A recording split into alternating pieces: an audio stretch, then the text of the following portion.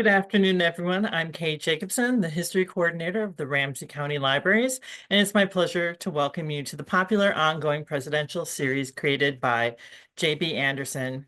We're in our fifth session of our second part of Abraham Lincoln's presidency, and today's program is brought to you through both the Ramsey County Libraries and our co-sponsorship with Osher Lifelong Learning Institute of the University of Minnesota.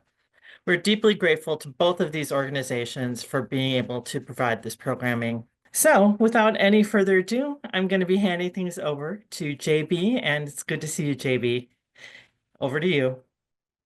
Thank you. We are beginning to talk about the Lincoln assassination.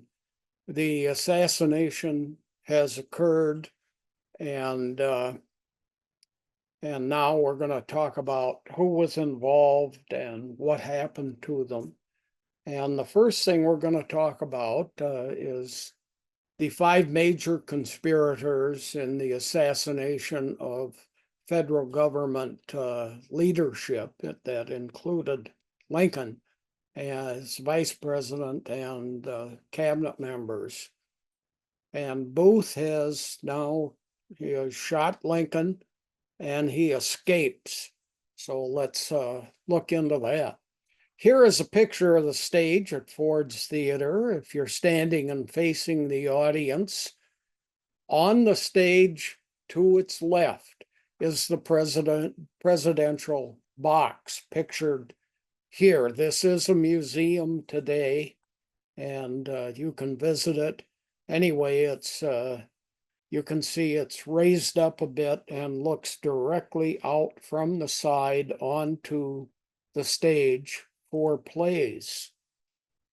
After Booth shot Lincoln and he stabbed Henry Rathbone, who was there with Lincoln and tried to defend Lincoln, Booth steps onto the railing, and you can see it's draped with flag symbols there, and he shouts, "Sic semper tyrannis," which means, "and thus to all tyrants." In other words, death to all tyrants. And he considered Lincoln a tyrant.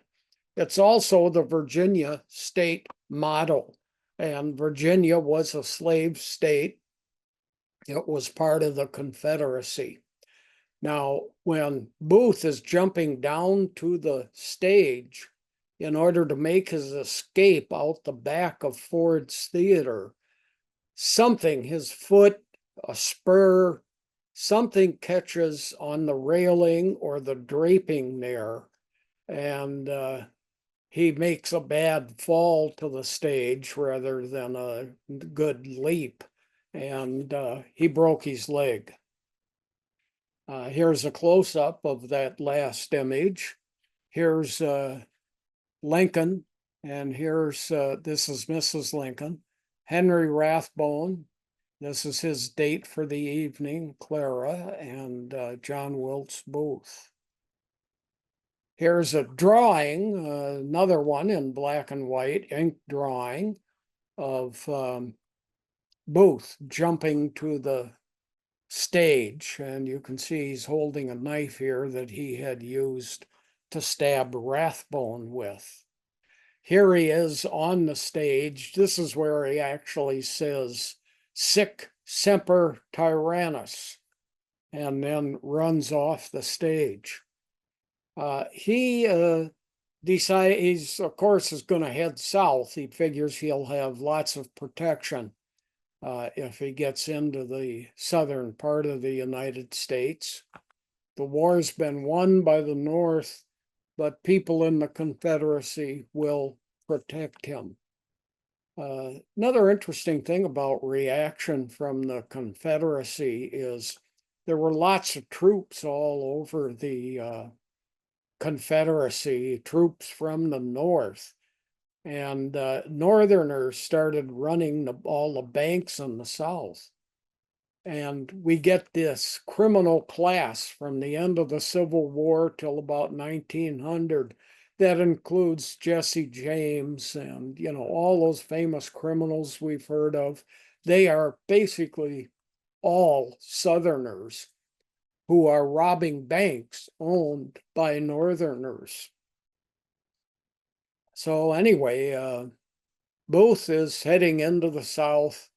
He stops at the Surratt Tavern in Southern Maryland, and that is owned by Mary Surratt, the same woman who owns the Surratt boarding house in Washington, D.C., where Booth lives. And he had guns that he had stored at the tavern. Here's a better image of the route that he took from Washington, D.C., Ford's Theater here, 20 miles to the south to Surrattsville.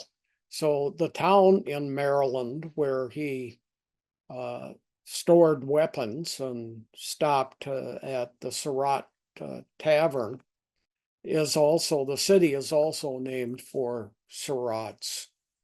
It's about 20 miles. If you got a horse and you're really charging, take you about an hour to go that 20-mile stretch. If you're going slow, just trotting along real easy, it might take you as much as 2 hours to get to Surrattsville, Maryland. This is the Surratt Tavern in Surrattsville, Maryland. It's a museum today.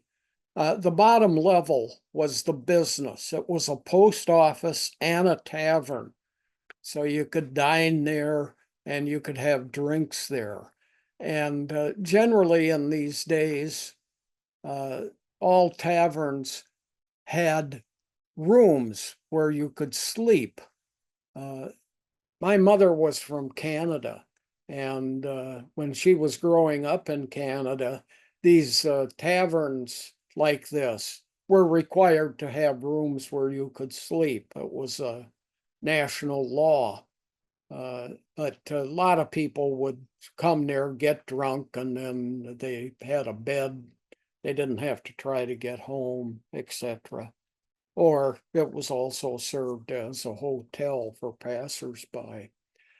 Here's a sign, John Wilkes Booth, it says, "The assassin of Lincoln stopped here at the house of Mrs. Surratt to secure ammunition on the night of April 14th, 1865. He rode on to T.B. That's the name of a nearby road. He rode on to T.B. and then to Dr. Mudd's, who set his broken leg." This is Dr. Mudd's house, also a museum. There's a picture of the exterior of it. He was a medical doctor. You can see this is a pretty nice house of a large size. That's probably his office space on the right over here, where his medical practice was. And this was living quarters on the left. And here is part of the office area where Samuel Mudd practiced medicine.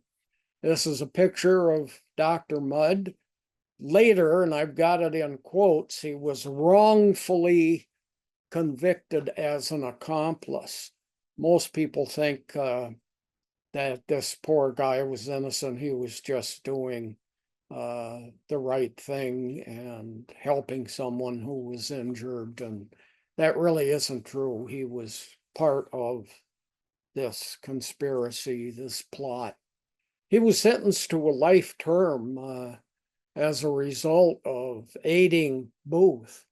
And he was pardoned in 1869 by President Andrew Johnson. He served 2 years in prison. Johnson pardoned many of his, this is a picture of Andrew Johnson. He pardoned many of his fellow Southerners. Lincoln wanted somebody from the South, but who had not sided with the South, to be his vice presidential candidate in 1864. He thought that would show the South that, hey, we're going to go easy. I got a Southerner here that's the vice president, and so on. And he just issued widespread pardons for anyone convicted in these crimes against Lincoln. In 2025, this should sound very, very familiar. It's happening again. Dr. Samuel Mudd had a famous relative, a descendant, wasn't someone alive when he was, somebody that all people in our age group will recognize. The journalist, newscaster, and anchorman Roger Mudd is a direct descendant of Samuel Mudd. He was on TV from the 1950s to the 1990s. Booth had a fellow conspirator, David Harold, who's pictured here, and they were cornered at the Garrett farm. They got together after Booth had assassinated Lincoln, and they rode together. And in the Garrett barn, they got surrounded. And the Union forces that were standing outside this family's barn, where Booth and Harold had spent a couple of nights, they said, "Come on out, or else." And Harold walked out. Booth refused. So the Union troops said, okay, we'll burn him out. So they burned the barn, and that forced Booth then to come out of the barn, and that's how he was captured. Here are the Garretts. They were not involved in the assassination in any way, shape, or form. They simply had a barn that a couple of guys snuck into and rested for a couple of evenings. And oftentimes people traveling would do this, and the owners would go, yeah, okay.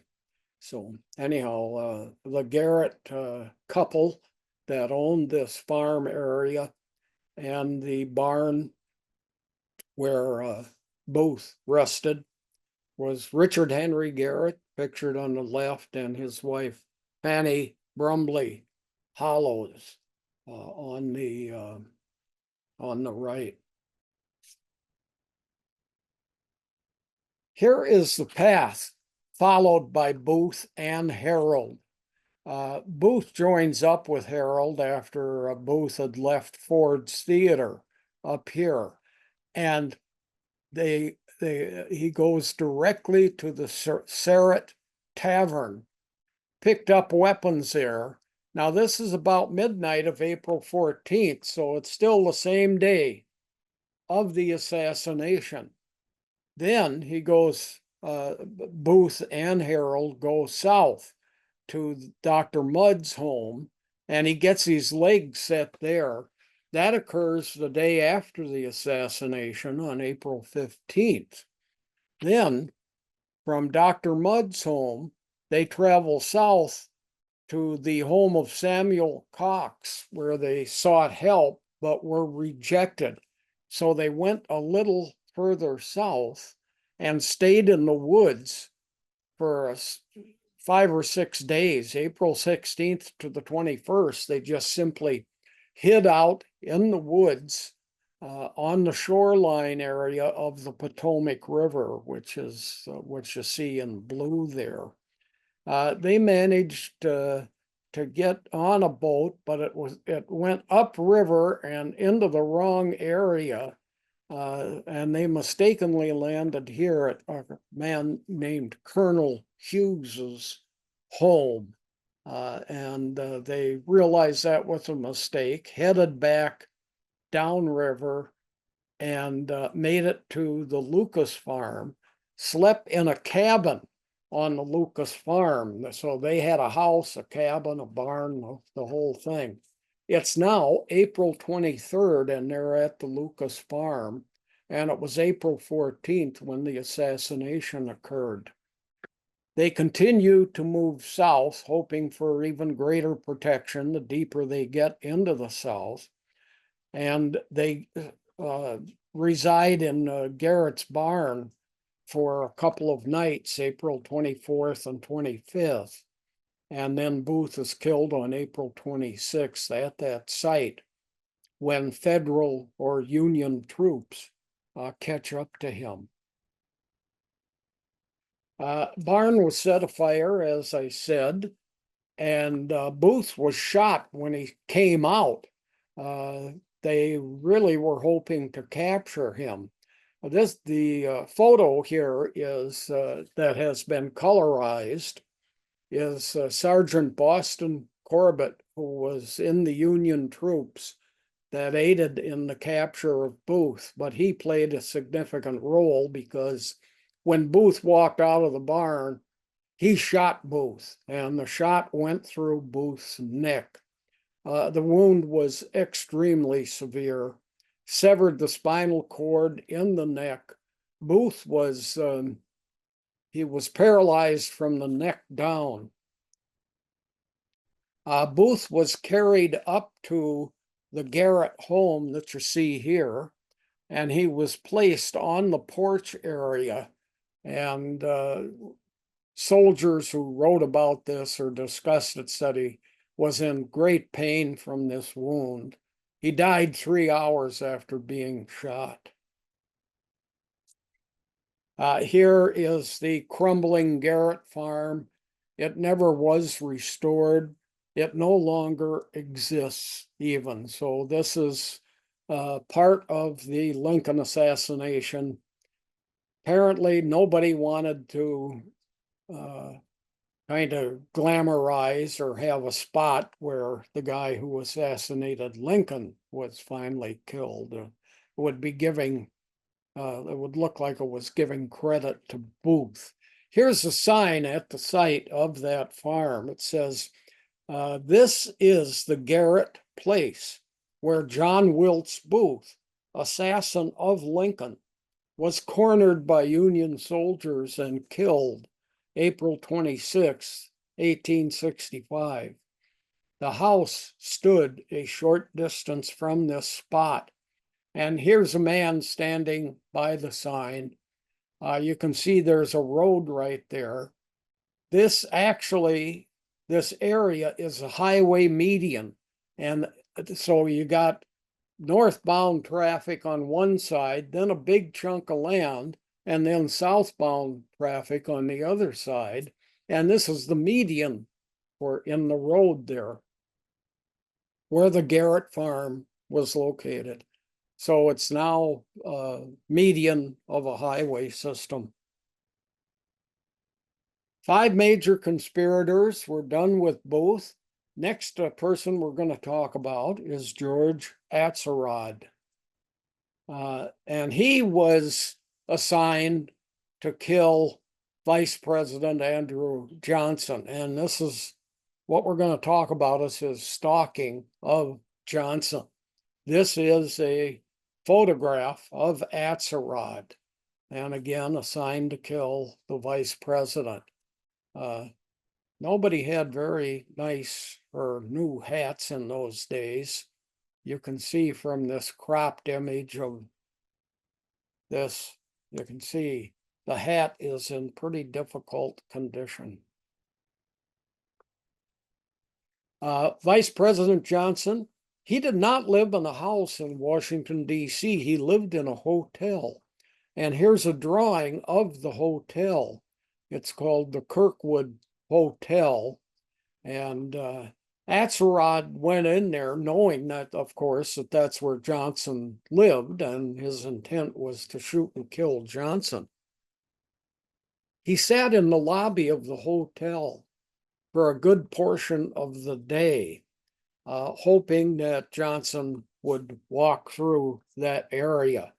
Here's a photograph from the 1860s of the Kirkwood Hotel, and it's located at 12th Street and Pennsylvania Avenue. The White House is 1600 Pennsylvania Avenue. So this is just 4 blocks from the White House, very near to the White House. So it was a convenient place for Johnson to stay and live. Atzerodt, after sitting in the lobby for several hours and talking to the bartender about, hey, where's the vice president? When does he come and go? Why isn't he around here right now? And Atzerodt got sick of waiting, so he rented a room, thinking he'd be able to figure out when Johnson arrived back in the hotel, if he was indeed absent or if he was leaving. He would find this out simply by talking to hotel employees. Nothing happened, nothing came of it. He finally went, oh, the heck with it. And he left the hotel. He never saw Johnson. He spent the evening walking around in Washington, D.C., wondering what to do. I found this map of Washington, D.C. is interesting. Look at it. It looks like Texas here. It's got this V shape at the bottom. Here's the Panhandle part. Anyhow, interesting. But this was what Washington, D.C. looked like, not a huge town yet in the 1860s. Hotel employees got very suspicious of Atzerodt, his hanging around, his asking questions. And so the hotel called the police. When the police got there, they searched the room that Atzerodt had rented, and they found a gun and a knife that were buried in the bedding that Atzerodt had left behind. Maybe he was planning to return, but just decided against it, never did return. Also at the hotel the next day, Johnson, after Lincoln's death, was sworn in as president. They had the sitting rooms. This is a drawing. They were called parlor rooms at the Kirkwood Hotel. And Andrew Johnson was sworn in as president at one of these parlor rooms at the Kirkwood Hotel. The hotel no longer exists. It was demolished in 1874, 9 years after the assassination of Lincoln. Continuing with George Atzerodt, he was arrested and faced trial. This was 4 days after the Lincoln assassination. Atzerodt was found in Germantown, Maryland, where this green star is. Here's Washington, D.C., the red. The green is Germantown. The reason he went there is he had a cousin who lived there. So he hid out in the cousin's house. This is about 26 miles away from Washington, D.C., and that's where Atzerodt was then captured. Here is his military trial. These people were given military trials. Many people testified that Atzerodt was a coward. He always had been. He would never get involved in such a thing as assassinating somebody. That was just way too difficult for him to even think about. But those testimonies made no difference. Atzerodt was one of the 4 people hung at a fort in Washington, D.C. This is Atzerodt. This is him hanging on the left. Mary Surratt, Lewis Powell, and David Harold. We'll talk about these people more later. And Atzerodt and this is a picture that was taken of the hanging of these 4 people. 5 major conspirators. Next, we're going to talk about Lewis Powell and David Harold. On your left is William Seward. He was the Secretary of State under Lincoln. Lewis Powell and David Harold were assigned to assassinate Seward. Powell would do the assassination. Harold would would hold their horses outside of Seward's home, where they were going to assassinate Seward. Lewis Powell, pictured here, he was a Confederate veteran. He fought for the Confederacy at the Battle of Gettysburg and was wounded there. Further, he was taken prisoner, so he was a POW captured by the Union Army, POW, prisoner of war.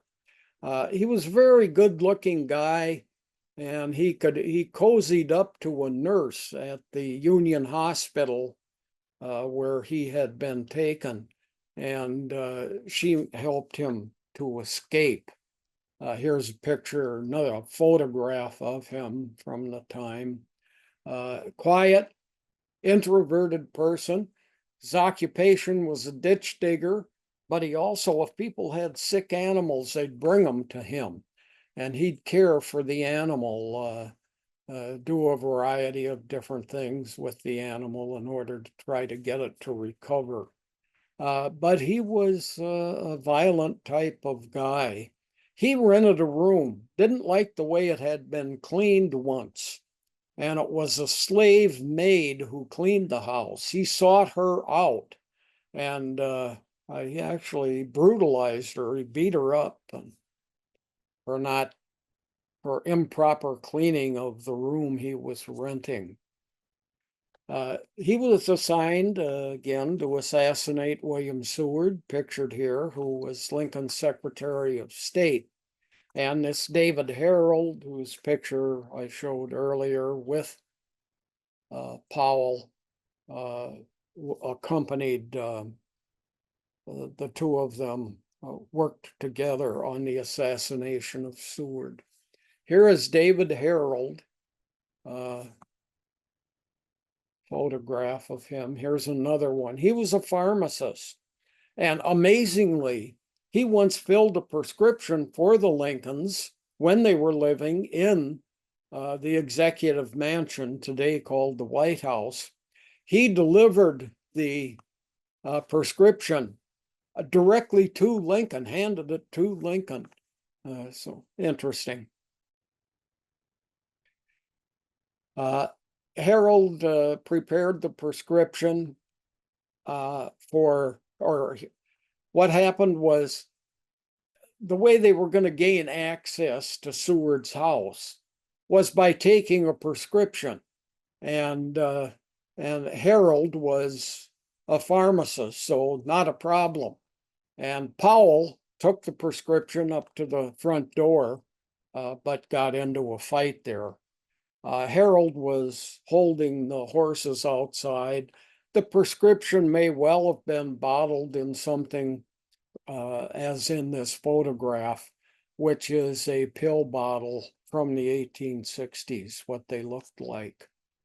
This is William Seward's home on Lafayette Park, a photograph taken when he was living there. You can see here's a carriage, and this is where Powell forced his way into this house in order to assassinate Seward. Here's a close-up of the front door, front entry. There was a doorman. Powell was able to push his way past the doorman and run upstairs where he knew Seward was located. This is a modern view of the White House from Lafayette Park. From where we're standing and looking at the White House, on our left is Seward's home. And here you can see the Washington Monument.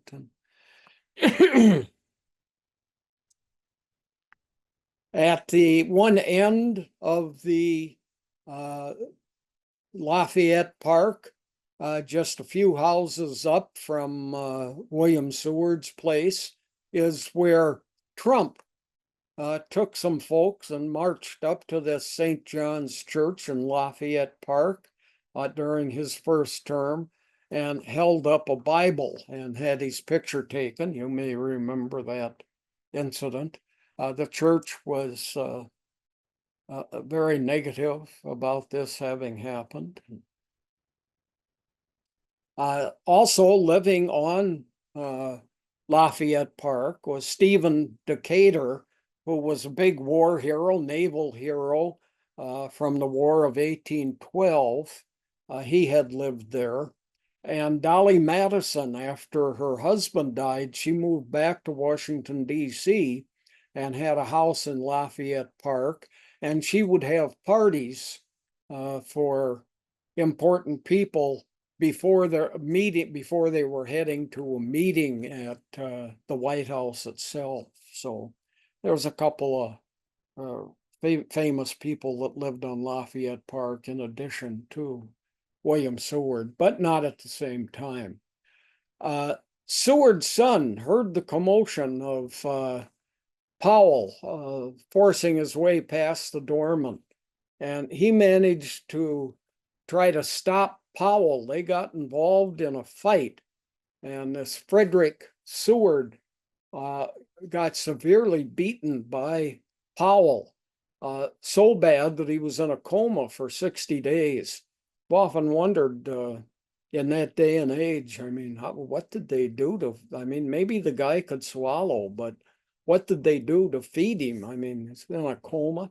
Anyhow, he survived this 60-day coma. He lived an additional 50 years. Here's a picture of him as an older person.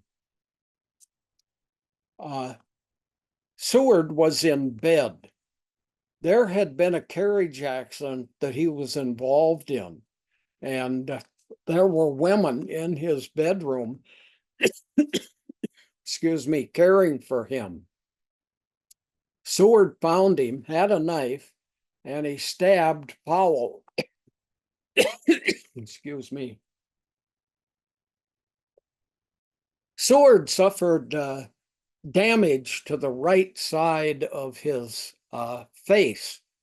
And after this stabbing incident, he only once did he allow a photo to be taken of him facing the camera. And consequently, we have a record of his facial wound. And here it is. This is the wound here. And you can see it has affected the muscles on that side of his face. This image shows you, here's a line, to the right of it is where the scar is located. Powell fled the scene, got out of there, got lost in Washington, D.C. He took a wrong turn. He and Harold separated, and Powell's just thoroughly confused about where he's at or where he's going, and he ends up finding a cemetery. Went in there and hid behind objects and spent the night in the cemetery, sleeping there. He was arrested 3 days later. He was wandering around in Washington, D.C. and finally decided, hey, I think I'm okay. He went back to the Seward house where he was renting a room, the same house where John Wilkes Booth lived. And so 3 days after the attempted assassination of Seward, Powell was captured. Here's a photo of him taking after his capture, being guarded by a Union soldier. Harold, who was working with Powell, ended up finding John Wilkes Booth escaping southward. And for 12 days, they traveled together, evading authorities. He voluntarily surrendered at the Garrett farm, which we've talked about already, which was the capture site for both Booth and Harold, who was part of this Seward assassination attempt, and then partnered with Booth in attempting to escape into the South. Both men were hung with 2 co-conspirators. And it's the same photo but here is Powell and Harold, and they are the two hanging in the middle there. 5 major conspirators. The next one we're going to talk about is Mary Surratt.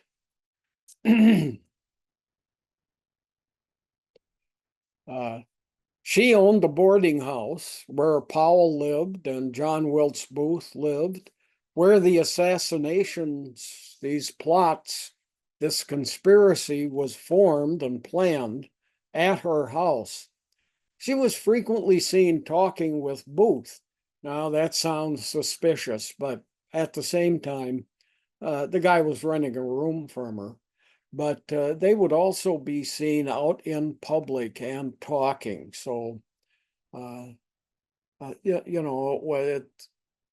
argument is it was a relationship that went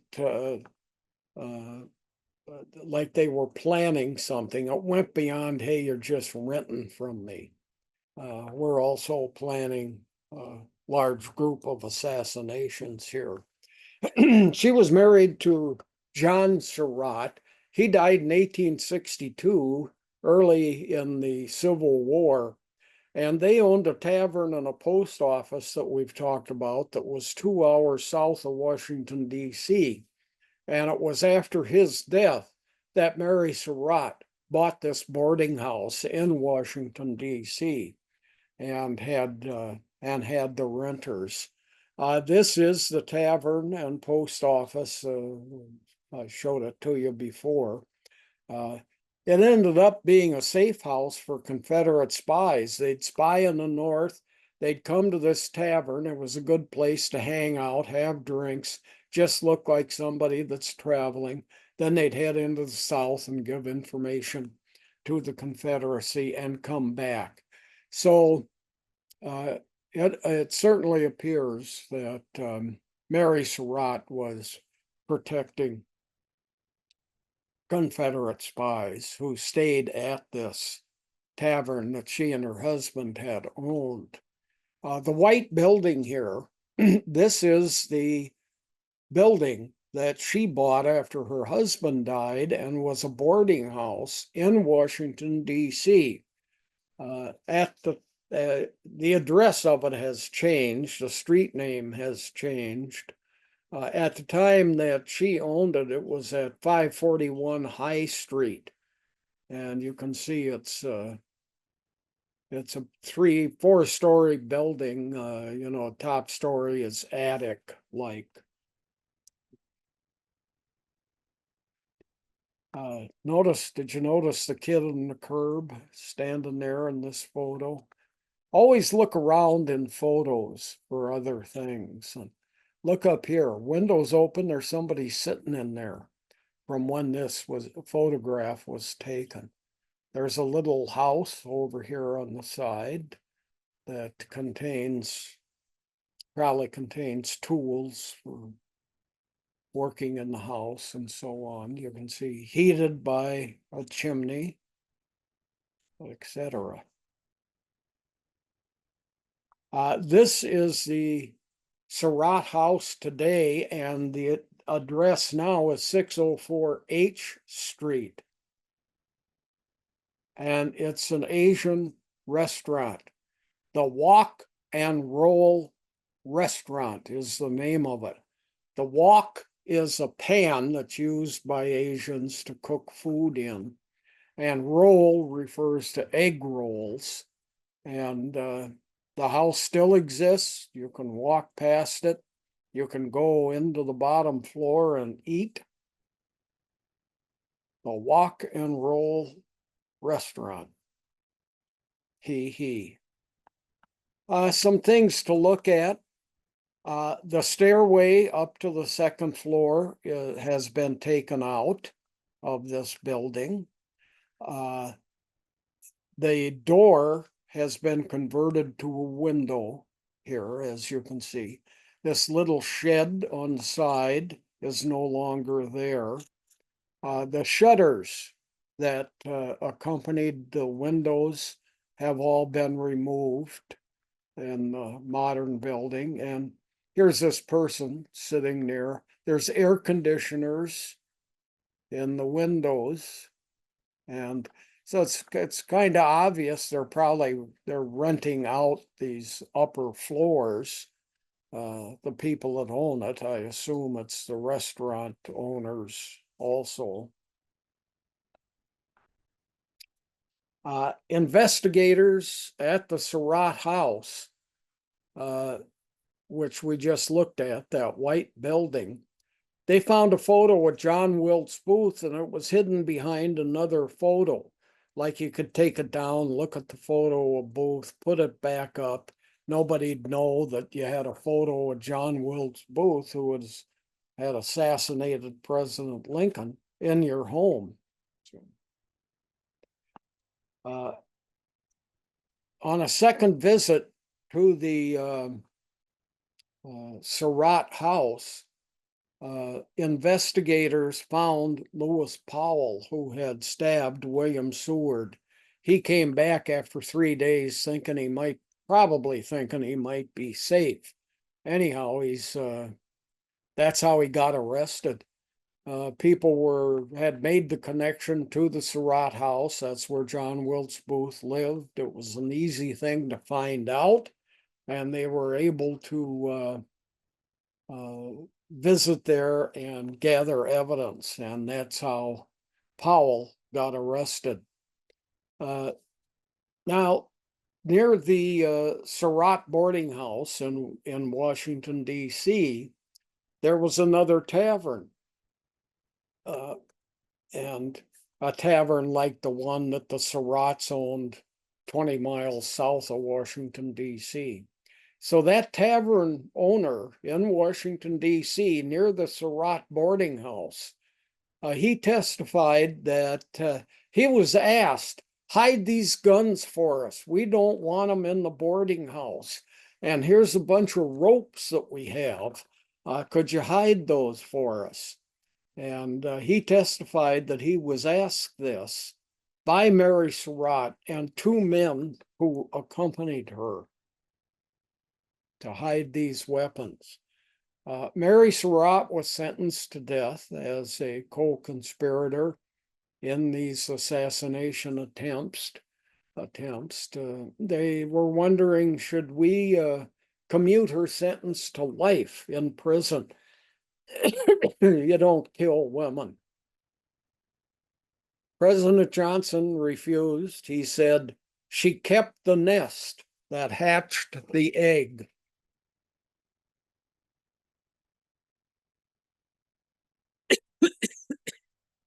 She was the first woman to be hung and killed as punishment in United States history.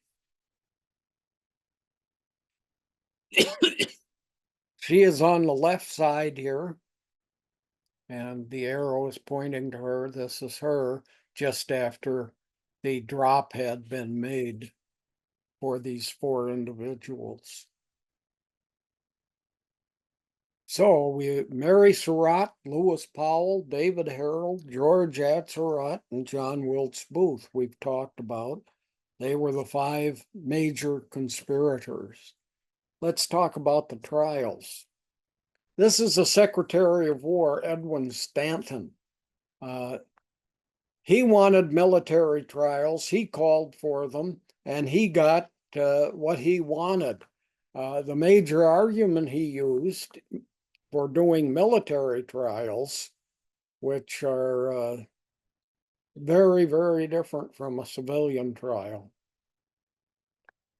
The reason he wanted these military trials was, he said, Lincoln was commander-in-chief of the military, so the military can do these trials. Its commander-in-chief was killed, and that's what he ended up getting.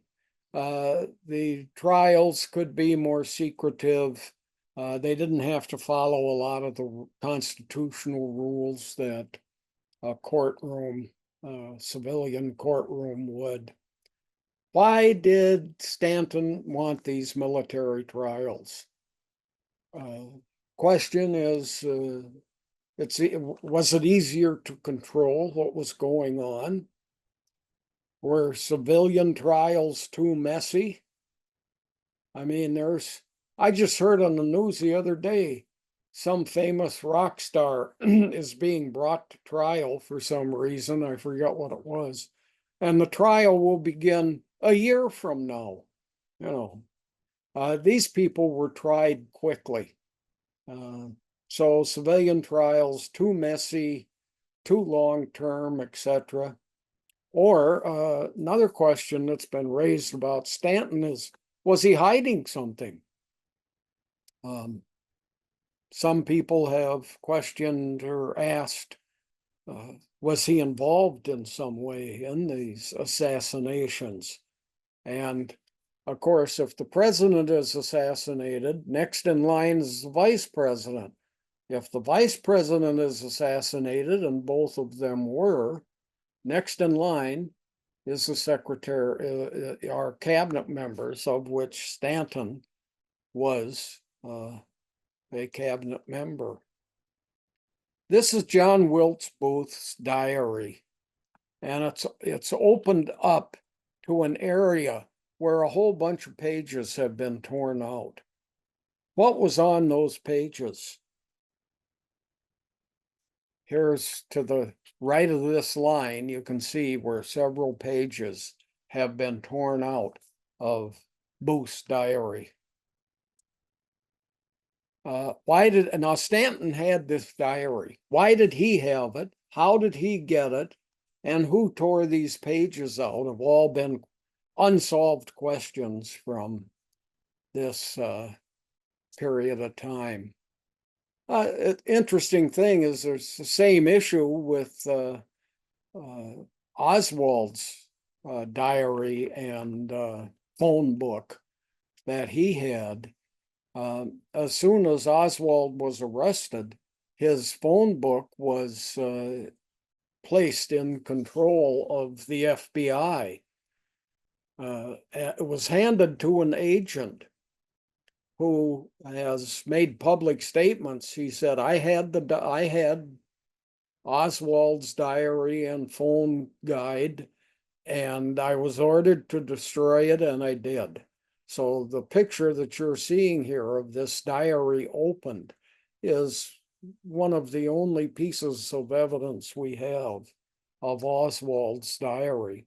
Here's another picture from Oswald's diary, and of course, this makes him look super horrible because there's Mexico and there's the Soviet Union with addresses and dates and so on in them in his diary. So we know that this diary was destroyed. Why the speedy trials? Why the hangings afterwards? It was sort of unusual, very unusual to have hung a woman. The assassination was April 14th. The hangings were July 7th. That's a total of 11 weeks. In a civilian court, it probably wouldn't even have been a trial yet. And why were the trials conducted on a military base?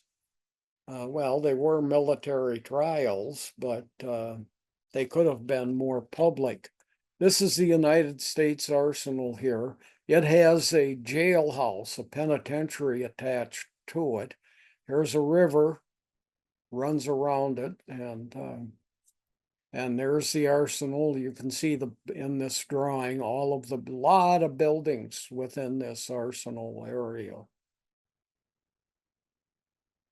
This is preparation for the hangings. The people are being, their hands are tied behind their back, their legs are strapped together, and a hood is placed over their heads. The hangings. The reason for an umbrella here is it was an unusually hot summer in Washington, D.C. Temperatures were in the 90-degree level. So this provides shade. And This is a couple of men preparing Mary Surratt for her hanging. This is Lewis Powell being prepared for his hanging.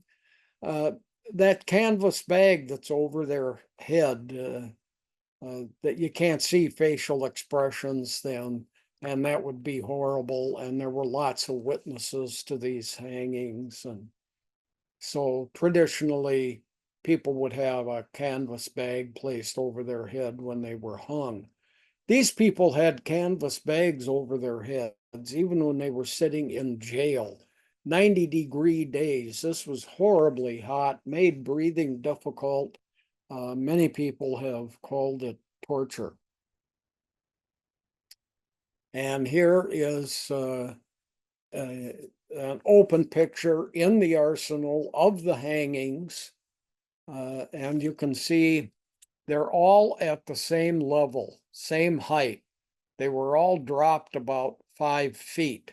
Now that becomes significant because if you're dropped far enough, it'll break your neck, you're unconscious, and then you suffocate.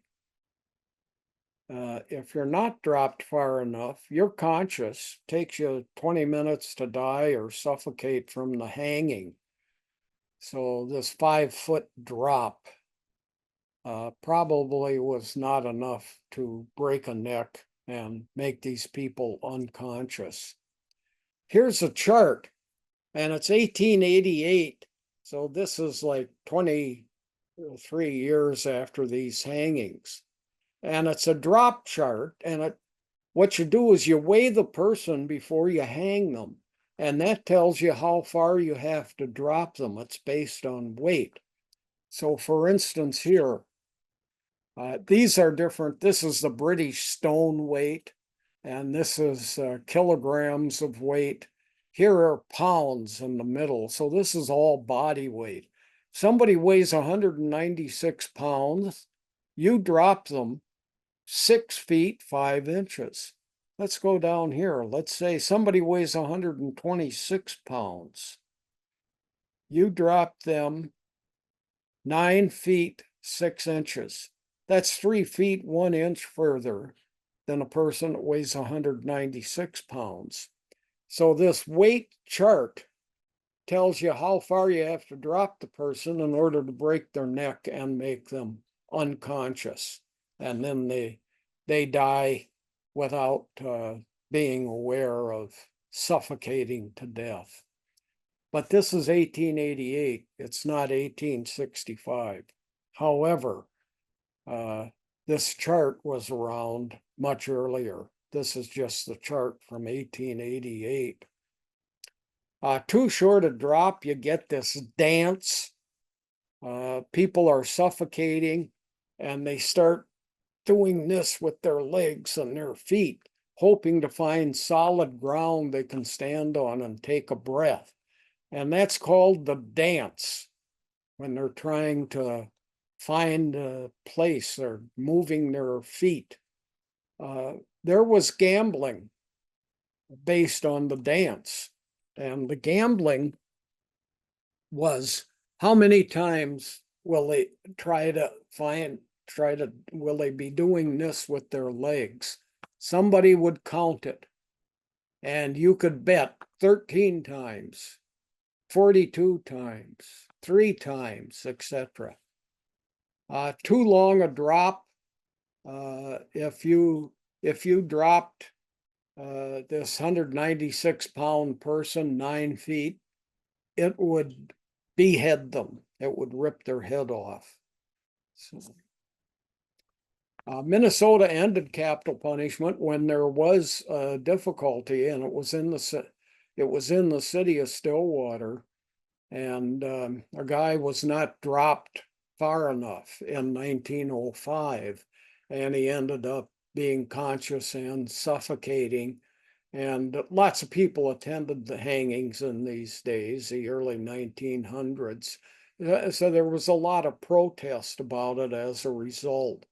And the protests led to legislation in 1911 that you could not have capital punishment in Minnesota. and we have not had it. This is where Mary Surratt is buried, her tombstone. It's the Mount Olivet Cemetery in Washington, D.C. A drop chart actually began in 1853. These people were hung in 1865. A drop chart could have been used. It wasn't in 1865. Saddam Hussein, we captured him and hung him. And the army person in charge of hanging him had done over 500 hangings, knew what to do, how to hang a person, but deliberately dropped Saddam Hussein too far, and he was beheaded. And that was on the 30th of December, 2006. Well, we're not done with conspirators. Oh no, there were 5 minor conspirators. Most of these people were involved in a kidnapping attempt approximately a month before Lincoln's assassination. And we're going to talk about that. List of names first. These 5 minor conspirators were Michael O'Laughlin, John Surratt, son of Mary Surratt, Edwin Spangler, David Arnold, and Samuel Mudd. First, we're going to take a look at Michael O'Laughlin. He was a childhood friend of Booth. They grew up, they played together, they lived on the same block, and they both became Confederate. Booth a spy, and O'Laughlin became a soldier. His job outside of the wartime was an ornamental plaster maker, and he also worked as a clerk in a feed shop. This is what an ornamental plaster maker does. They make this decorative stuff that is interior design work in houses back in the 1800s. He was involved in the kidnapping attempt. Lincoln would be coming in from that house that we talked about earlier, out in a military area, and he would have to ride half an hour into the White House. It was cooler out in that area. So it would be easy to kidnap Lincoln, and we can do it when he's riding in from the house out in the country to his office at the White House, or Executive Mansion as it was called in Lincoln's day.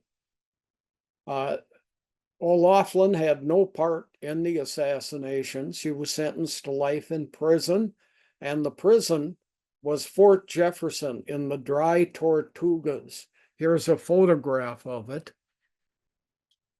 Right there, and I'll show you. Here's Florida, and here's Key West, all these little islands. The Dry Tortugas are right here. And that's where many of these people were imprisoned that did not get death sentences. And by the way, notice on this map, it's called the Gulf of Mexico. Uh-oh, we're going to change that. Here's a picture of Fort Jefferson, or a part of it anyway. This is an underground walkway. Prisoners could sleep here. O'Laughlin died after 2 years. There was a yellow fever epidemic that spread through the prison site here in the Dry Tortugas, and so he was dead by 1867. John Surratt. This is a picture of John Surratt. He studied 7 years in a seminary to be a Catholic priest. It's a 7-year course. So he went through the entire course, but when he finished, he said, I'm not going to do it. So he never entered the priesthood. worked as a postmaster at his mother's tavern, that place that was 20 miles south of Washington, D.C. And he was involved in this kidnapping plan and attempt on Lincoln. Interesting thing about many of these people in this conspiracy, virtually all of them, is this was a Catholic group. We'll talk more about that and why in a bit. Might be next week before we get to it. John Surratt was a Confederate spy. He tracked Union movements. He lived out in the country, but on a main road where the tavern was located, he could see what comings and goings there were. And this 17 March 1865 was the day they were going to kidnap Lincoln. He was not involved in the assassination. Kidnapping didn't work because Lincoln took a different route that day than he usually did. He was introduced to John Wilkes Booth by Samuel Mudd. These guys all became part of this conspiracy. And it was John Surratt that then got Booth to move into the house in Washington, D.C. that his mother owned. He managed to escape, and it was a while before he was caught. He first went to Canada here, number one, then traveled across the Atlantic Ocean, stayed in England, then went to Italy, and then to Egypt. And here's a picture of him. He guarded the Pope, but remember, he had the 7 years of priest training, even though he'd never entered the priesthood. This is him in this papal uniform that was worn by people who guarded the Pope. He left that job, went down to Egypt, and this was late in the year of 1866, so it's a year and a half after the assassination and a year and a half after the kidnapping attempt. And he's recognized by some U.S. citizen who was vacationing in Egypt, and that's how he got arrested. He was tried in a civilian court. This is a year and a half after the Lincoln assassination. The outrage over the assassination had quieted down considerably. So all of a sudden, you don't need a military court. The jury was hung. They could not come to a unanimous decision as to Surratt's involvement in the kidnapping or the assassination. Charges were dropped. He was released from being held by the government in 1868, scheduled a speaking tour, got it all set up, lots of protests about it. Hey, he worked on killing the president, etc., as the speech tour was canceled. Here's a picture of him older. He married in 1872. He got a job working for a boat company that would do, riverboat passengers and passengers across the Atlantic Ocean. The Baltimore Steam Packet Company is where he worked. He died at age 72 in 1916. This was 51 years after the kidnapping and attempt and the kidnapping, and the assassination of Lincoln. He was the last survivor of all these conspiracy people.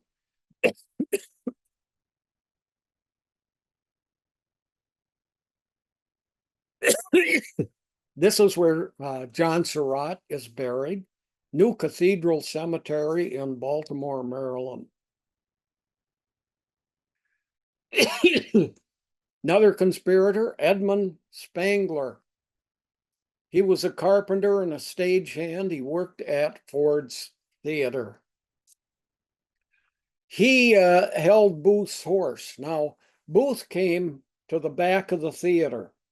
Spangler's there. He says, "Hey, hold my horse. You know, I'm going to come out again and I'm going to need this horse unfettered and I need to leave quickly." So Spangler held Booth's horse while Booth assassinated Lincoln.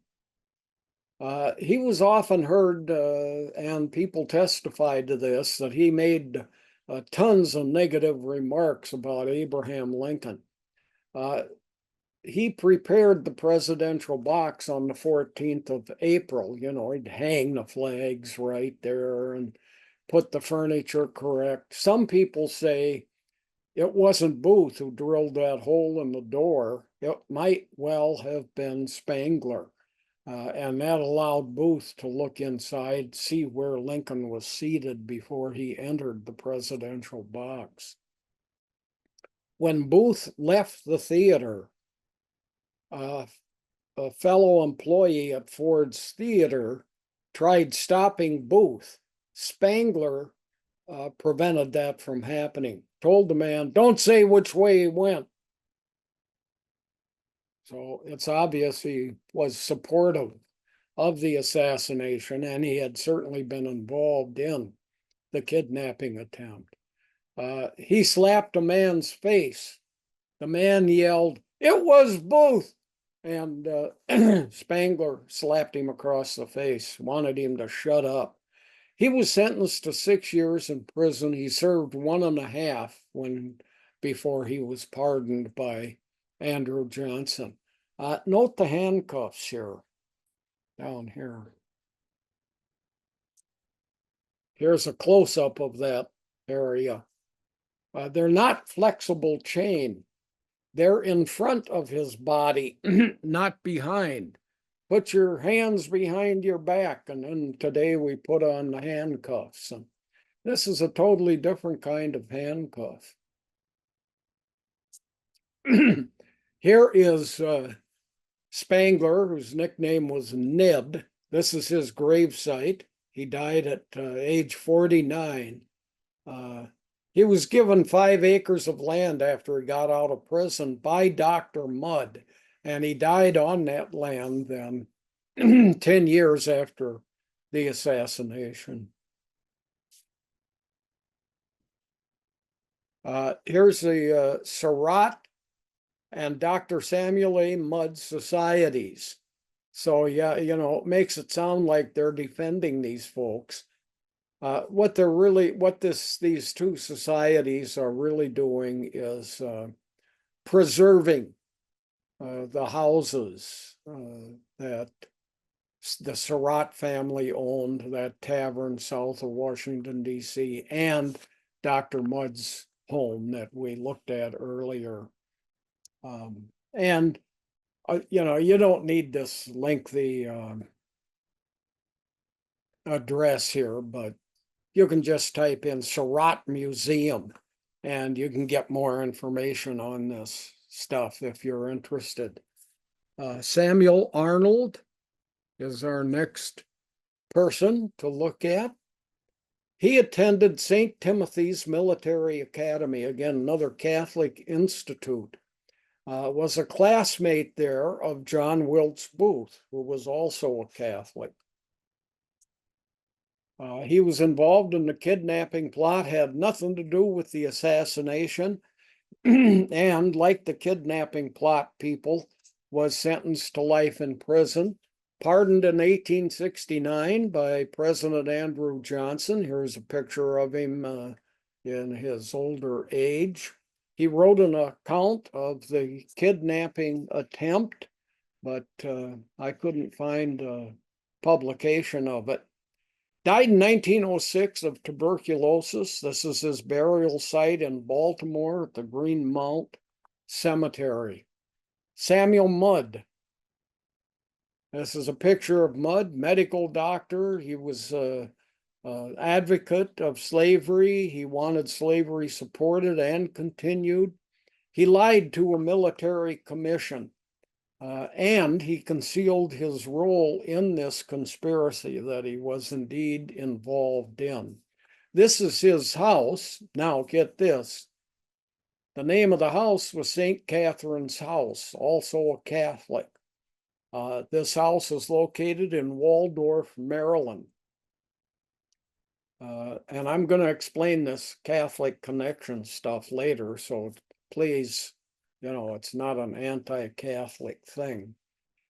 He tended Booth's wounds in this house, had a local carpenter make a set of crutches for Booth, pointed out to Booth the best escape route for heading further south. Told authorities when they showed up there, I don't know him. I never did anything with him. Nope, nothing. Frequently expressed hatred of Lincoln. Lots of people testified to the fact that he was an anti-Lincoln, pro-slavery person. Again, sentenced to life in prison. The vote to hang him, he was kind of won by him by one vote. Andrew Johnson pardoned him. He died in 1883 of pneumonia. He was 49 years old. All these white spots in this x-ray show pneumonia. This is his burial site, St. Mary's Catholic Church Cemetery in Bryantown, Maryland. And that would be a good place to quit, I think. And we'll explain the Catholic, Protestant, and the British and Irish connections to all of this talk next week. Do we have any questions, or would you like me to continue? No questions yet, but we can give people a moment to see if they have anything to write in about. I want to say that in the chat, I put the links to both the OLLI YouTube channel and the library website's video program site page. So in case you're looking for past and previous ones, you can check those links. February's will be, like I said, showing up fairly soon, and it looks like we do have a question. Were Union and Confederate sympathizers interspersed throughout the country? Yes, and in other countries also. Booth frequently met with two Confederates in Montreal, Canada, and they were safe there. People wouldn't be saying, hey, who were those two guys with Booth? Down in the US where the Civil War was occurring. And there was a lot of travel back and forth. Lincoln would give passes to people. You can travel into the South and then come back here. And it might be because they had family in the South, but they were living in New York State. It might be like in the case of John Wilkes Booth, who frequently got these passes to go into the South, is just he had a job there. He was an actor. He was acting all over the Union states and the Confederate states. And so there were people doing business with the cotton industry back and forth. And so yes, there was travel, and this whole getting a pass in order to move. Can you hear me okay? Yep, I can hear you. Okay, I lost Okay. something anyway. Okay, quick reminder, chat is for us posting special things or for technical issues. Q&A is where you want to put questions. So I will take the few questions that got posted accidentally to chat and we'll deal with those. Did Mudd save a number of lives of fellow prisoners when an epidemic went through the prison? Oh, yeah, I'm not sure about that, but yes, I do remember reading about it. And I think that is a true story that he he practiced medicine while he was in the prison, and Okay. there was an epidemic of some sort. Yeah. And was Johnson criticized for the pardons that he made to the Southerners? Johnson, in the most recent ranking of presidents by historians, was ranked dead last. And the reason was all these pardons that he made and bringing the South back in, and it led to the continuation of slavery for another 90 years. We call it the Jim Crow period. It really was slavery type two, up through the 1960s when a lot of those laws were then declared unconstitutional, and segregation laws and what kind of jobs you can have, how much education you can get. Uh, Many of the southern states did not allow marriages among people of the black race, for instance. And so, yeah, that that was Yeah, I remember you had mentioned that post the ranking of presidents. Next week it might be good to have that link to that again because that's an um interesting ranking. yeah. The bottom five include James Buchanan. There's an election in November. The president didn't take office till March 4th. Hmm. Lincoln is elected president. States start to secede before Lincoln is sworn in, and Buchanan does nothing about the secession. That's why he's ranked real low. Donald Trump is ranked in the bottom five, also from his first term. A lot of people complain about this. They say, not that Trump is ranked low, but do we really know yet Right. about recent presidents? But the people that do this survey said we're going to rank all president. Once you leave the presidency, you're part of the ranking. Yeah.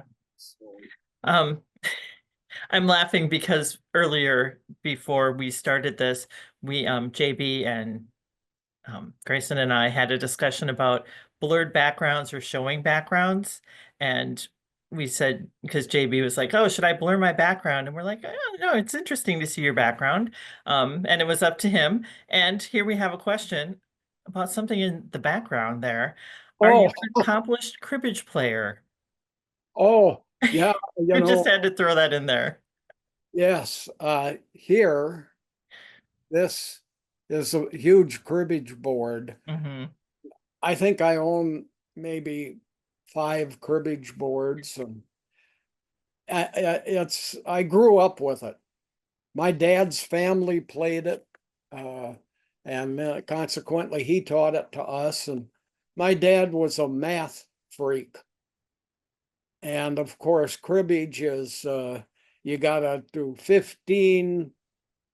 You get two Yep. cards that total 15, and you get to take 2 points on the cribbage board, and so you have to be counting, and Yeah. then you have to count the cards when you're done with them, for those of you that don't know the game of cribbage. So we played it. There was never a week went by we didn't play cribbage at the house where I grew up. So No. yes. uh, Okay, so I was just happy that that came up when we had the discussion about showing your background there. yeah, yeah. Okay, so a little more detailed question here. Someone says their question is not about travel, but rather to what degree there was enmity about the war within families living together. Were there many Union supporters in the South and vice versa? And could people speak out? Yeah, this was an issue among families. And there were families who had sons in the Confederate Army and sons in the Union Army. So brothers were separated from. Now, this is the case with Mary Lincoln. She was from the South. Her father owned slaves. Now she's married to Lincoln. They were living in Illinois in the North. He Hmm. became a Republican, which wanted slavery abolished. Lincoln was giving passes to her family to come from Confederate states to visit her at the White House, even. Are they spying? This was a big criticism of Lincoln. Newspapers took it up, and you've got a family there that's one's from the South and one's from the North, and what does it all mean? And no, there were lots of families like that. I don't know of a book, however, I can look it up for next week, a book that might talk about the family separations that occurred. So, But yeah, that was not uncommon. and yeah, the idea of Union supporters in the South being able to speak up or not, and um, I'm sure it wasn't as easy to move yourself if you were um, a supporter of the North. Yeah. No, so it's an interesting. Uh, at the end of the war, there was a list made of people in the South who supported the Union and how they could become the new leaders in the Southern states. Some time ago, I mean, 3 or 4 weeks ago, I showed that list. Okay. By state of Virginia, here were people that were Union supporters, state of Louisiana. And so they had names and lists and of people who would be loyal to the Union but were located in the South, had been slave owners, etc. Mhm. Okay, we still have a few minutes left. Anyone has any more questions or anything you wanted to expand on? Oh, I know we have the spring catalogs are just going out, I know for Ollie. And Yeah. um, what are you doing this spring? I am doing Theodore Roosevelt, and it'll be about the progressive movement, limiting businesses. Businesses had grown like crazy from the end of the Civil War up until 1900, and Roosevelt became an advocate for uh, controlling businesses. So we'll talk about that sort of thing, plus his life, which was interesting. I mean, he lived in South Dakota for several years, and uh, Yeah, I know I so get that question every once in a while. Do you know what JB's doing next? And so I knew that the catalog was out, so I thought I'd throw that up there. yeah, And it's just going to be 4 weeks, I think. This yes, spring? it's Okay. short one. So, okay. Could you tell us a little bit more about your professional and academic background? Because I haven't been doing that as much in the intro. Oh, So, well, I went to the University of Minnesota. Then I went to Mankato State. Then I went to seminary in Kansas City, Kansas. It was an American Baptist institution. Despite that name, Baptist, it's a very liberal denomination.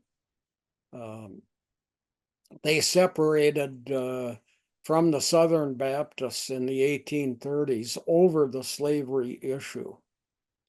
And the reason I went to that particular American Baptist seminary in Kansas City is the history professor there had published a lot of books and was nationally known for writing church history, all of church history, not just churches, even the whole Christian movement.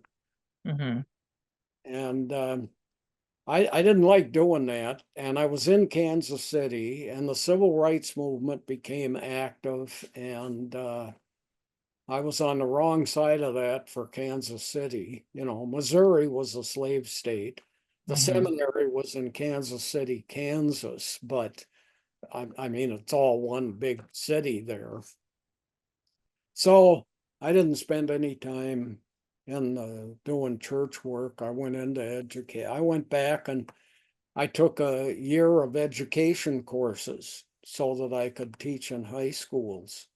And I taught in White Bear Lake, 1969 to 83. And I got a job at the U then. And then I went back to White Bear Lake for a couple of years because if you have 15 years in, they'll pay you for all the sick leave you've accumulated. So I had several years at the university, and then they said, if you come back to White Bear for 2 years, we'll give you $16,000 when you quit, but you have to quit to get it. So I quit. And then I went someplace else teaching. Let's see, I'm trying to remember.